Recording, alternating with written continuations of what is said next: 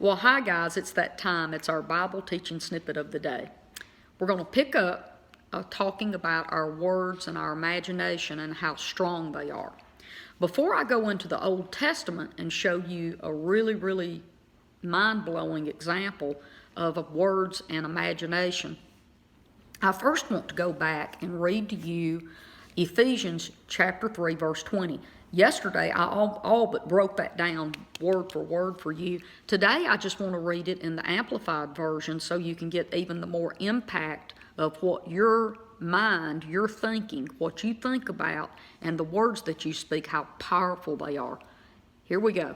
Now to him, God, who is able to do super abundantly more than all that we dare ask or think, infinitely beyond our greatest prayers, hopes, or dreams, according to his great power that is at work within us. Wow, I don't even know how to add to that one. Okay, let's hop into the little teaching I want to do. This will really get you to thinking. I'm over in Genesis chapter 11. This is about the Tower of Babel. And I'm going to skip down to verse 4 and read it to you and explain what's going on. So here we go. And the people said, "Come, let us build a city for ourselves and a tower whose top will reach into the heavens."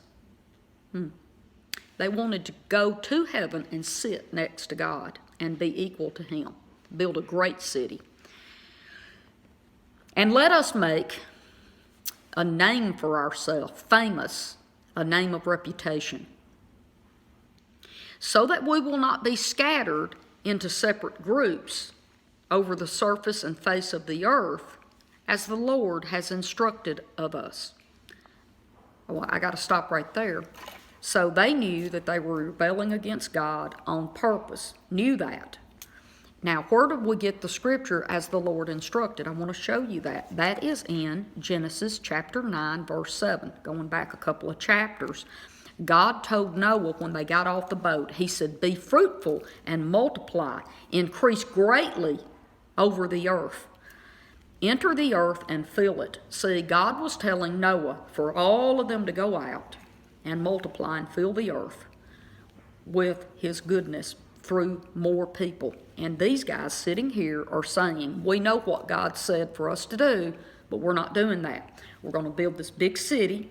We're going to be up there in the heavens where he's at through the tower that we build, and we are going to do our own thing and not do what he's asked us to do. I want to keep going. I'm in verse 5 now. It says, "Now the Lord came down to see the city and the tower which the sons of men had built." I have to stop here. I just got to do this pit stop. We read stuff like this all through the Bible, and then we hear people say all the time about God knows everything. Everything's pre-planned by God, and just all of this, and it don't even line up with the Bible, guys.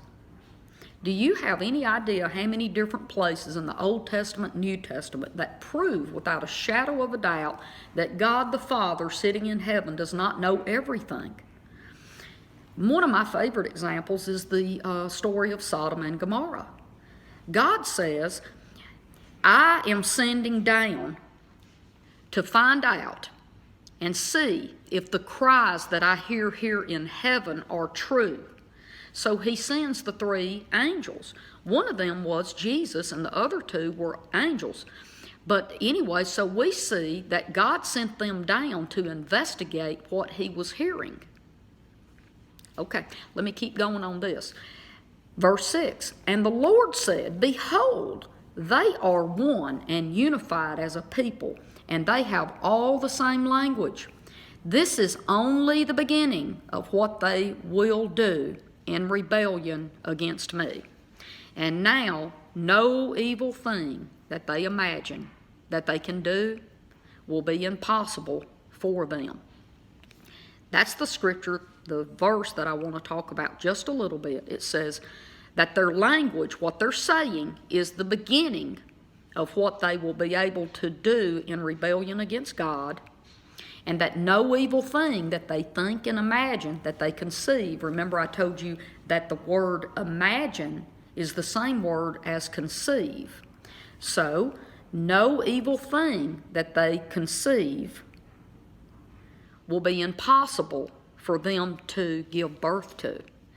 So God steps in and he gives them all different languages, which makes them not want to live around each other anymore, and it disperses the people across the earth and does exactly what he asked Noah and his sons to do in the beginning. I think our takeaway on this is that when we start speaking words, they're powerful. When we imagine things and start speaking about the things that we're thinking about, it actually happens. And see, I want to talk to you a little bit before I let you go today, that if you're thinking bad things and speaking it, it's going to happen right there. It's in Genesis chapter 11. God said it.